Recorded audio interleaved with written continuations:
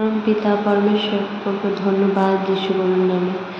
আর আমার যিশুগুরুকেও করব ধন্যবাদ, যিনি আমাদের শিখিয়েছেন প্রার্থনা শুধু শব্দ নয়, এটা হলো ঈশ্বরের সঙ্গে হৃদয়ের সংলাপ। সকলকে নমস্কার। আজ আমরা এক গভীর বিষয় নিয়ে কথা বলবো, তা হলো প্রার্থনার শক্তি।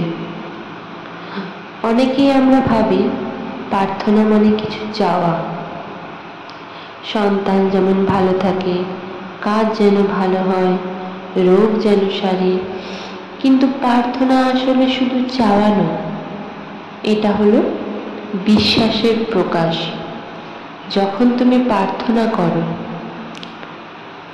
তুমি আসলে ঈশ্বরকে বলছো, আমি জানি তুমি পারবে, আমি তোমার উপর নির্ভর করছি।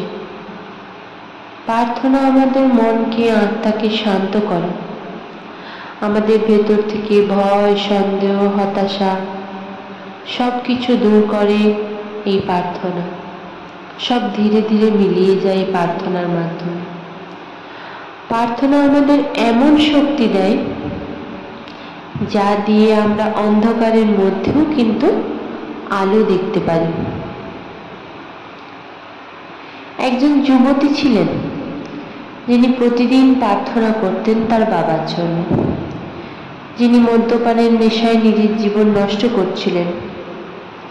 বছরের পর বছর কেটে গেল, কিন্তু কিছুই বদলালো না। তবুও তিনি থামেননি। তিনি যিশুগুরুর সেই বাক্য মনে রেখেছিলেন, যা কিছু বিশ্বাস নিয়ে প্রার্থনা করবে তা তুমি পাবে। একদিন তার বাবা হঠাৎ বললেন, আমি আর এই নেশা করতে চাই না, আমি নতুন করে বাঁচতে চাই। সেদিন তিনি বুঝলেন, ঈশ্বর কখনো নীরব থাকেন না, তিনি সব সময় শোনেন, ঠিক সময়ে উত্তর দেন।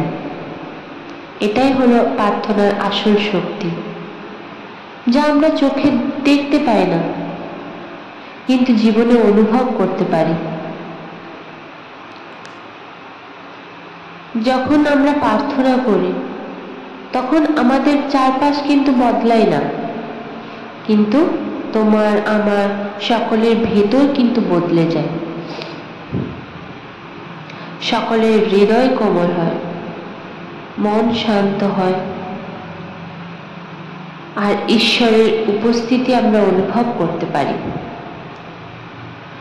প্রার্থনা হলো এমন একটা সেতু, যা তোমার দুর্বলতা আর ঈশ্বরের শক্তির মধ্যে সংযোগ স্থাপন করে। এই সেতু যত দৃঢ় হয়, ততই আমরা জীবনে আলো দেখতে পাই। আমাদের জীবনে যে অন্ধকার আছে, সেই অন্ধকার কিন্তু কেটে যায়। যিশুগুরু বলেছেন, যখন তুমি প্রার্থনা করো, তখন ঘরে দরজা বন্ধ করে তোমার পিতার সঙ্গে গোপনে কথা বলো। আমরা যতবার আন্তরিকভাবে প্রার্থনা করব, ঈশ্বর কিন্তু ততবারই আমাদের পাশে থাকবেন। তাই আমরা যেন এটা মনে রাখি, প্রার্থনা কিন্তু কোনো শেষ নয়, প্রার্থনা করাই হলো নতুন শুরু। ঈশ্বরের কাছে এই প্রার্থনা করি,